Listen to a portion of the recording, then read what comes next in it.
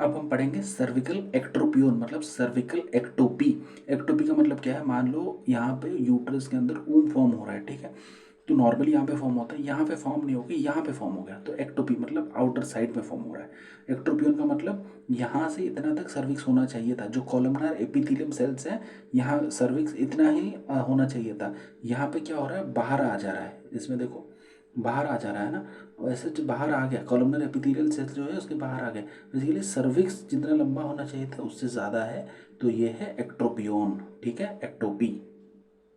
अब ये इमेज देखो यहाँ पे ना, हमको करना है। अब यहाँ पे देखो, इसको बोलते हैं सर्विकल आउटर स्पिंक्टर, यहाँ पे है ना होल जैसा, तो इसको बोलते हैं सर्विकल आउटर स्पिंक्टर।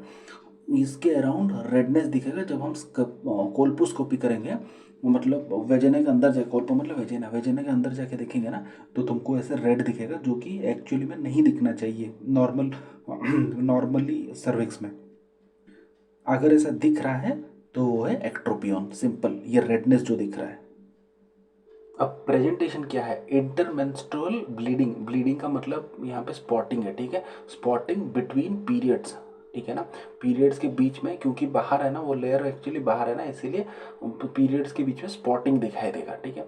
अब क्या होता है ना, क्योंकि कॉलमनार सेल्स जो होते हैं ना, हमने देखा ना जो वेजेना जो यहाँ पे एक्स्ट्रा था, तो अंदर कॉलमनर था बट यहाँ पे भी अभी कॉलमनर सेल्स हैं, तो जब सेक्स करते हैं ऑब्वियसली सर्विक्स को टच होता ही है, जो आउटर सर्विस का बात कर रहा हूँ, तो कॉलमनर सेल्स इजीली ब्रेक हो जाते हैं जब पेनिस इंसर्ट होता है, तो इसीलिए पोस्ट कोइटल ब्लीडिंग होता है। एक्सेसिव नॉन पुरलेंट डिस्चार्ज, इसको बस याद रखना है वेजेनल डिस्चार्ज की तरह, ठीक है, वेजेनल डिस्चार्ज होता है और कुछ नहीं।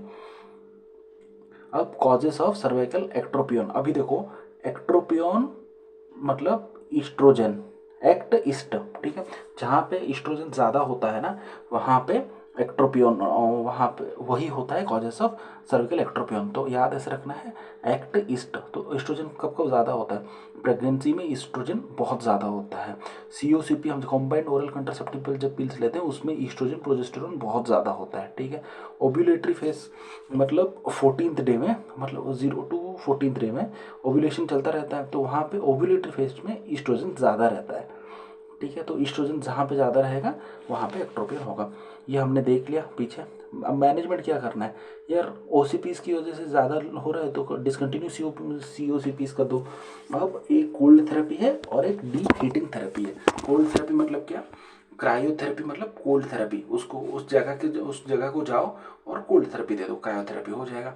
नहीं तो एबलेशन यूजिंग सिल्वर नाइट्रेट और डायथर्मी, डायथर्मी मतलब डीप हीटिंग, ठीक है, वो जगह को जाके पूरा जला दो, ठीक है, वो ताकि स्कार फॉर्म हो जाएगा, स्कार फॉर्म होने से कुछ भी प्रॉब्लम नहीं होगा ना, धीरे धीरे वो स्कार भी हील हो जाएगा। तो ablation using silver nitrate, silver nitrate से जलाने के लिए बोल रहा है, तो इसको याद ऐसे रखना है कि जैसे प्रेगनेंसी बंद हो गया तो ऑटोमेटिक चला जाएगा, COCP बंद करो तो ऑटोमेटिक चला जाएगा, यहाँ से याद रखना है, ठीक है।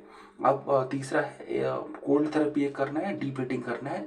डीप हीटिंग कैसे करना है, deep heating bye silver nitrate, ठीक है, बस खत्म। अगर कोई ब्लीडिंग नहीं है नो ट्रीटमेंट रिक्वायर्ड।